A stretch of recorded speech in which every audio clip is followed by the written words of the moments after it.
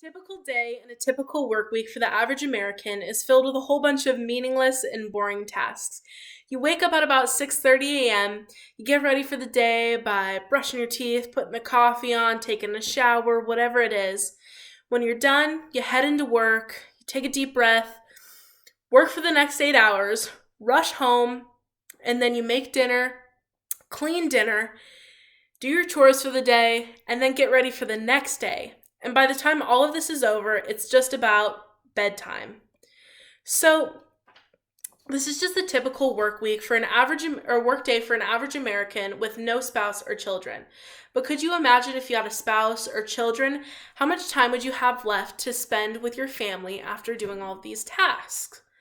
This Monday through Friday 40-hour work week has created a schedule that leaves people with very little time to enjoy spending time with friends and family, doing activities they enjoy, and simply doing household chores.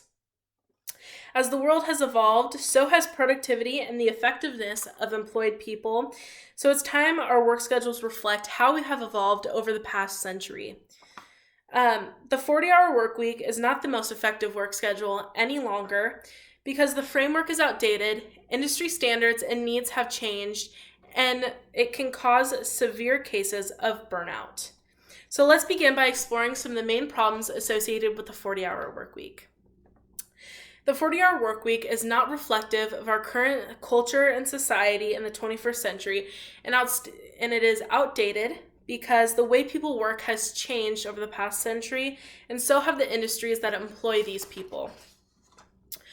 So, the Fair Labor and Standards Act of 1938 was created in the early 1900s to address and provide guidelines on things like overtime, minimum wage, child labor laws, and of course, the standard work week. And this was great at the time when people were working a set 40 hours a week. However, times have changed, and this is shown by economist Howard Hage, because he says that in the early 1900s, the percentage of dual worker families, meaning two people in the family working at the same time, was only about 9%. Whereas now in 2020, it's completely opposite because only about 8.6% of families have an individual who does not work. And this shows a huge difference in the time and how things have changed in society, in our culture. Another thing to consider is that the way people work and conduct business has drastically changed since the early 1900s when this labor law was created.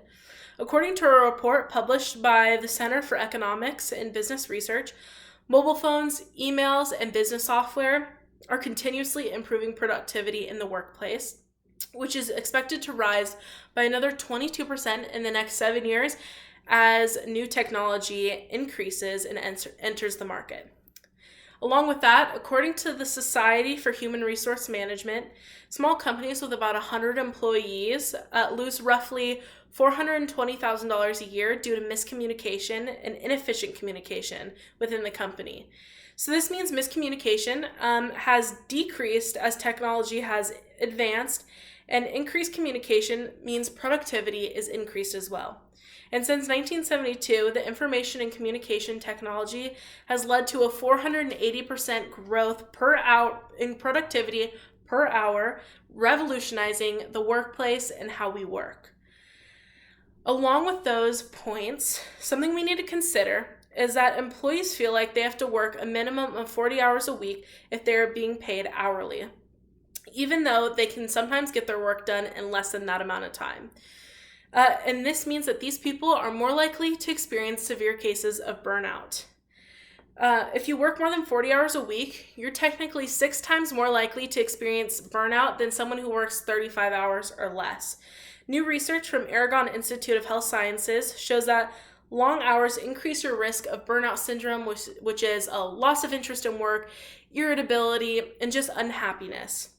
So burnout is mostly caused by working too much, feeling overwhelmed and out of control, and not being able to juggle your work and your other outside tasks.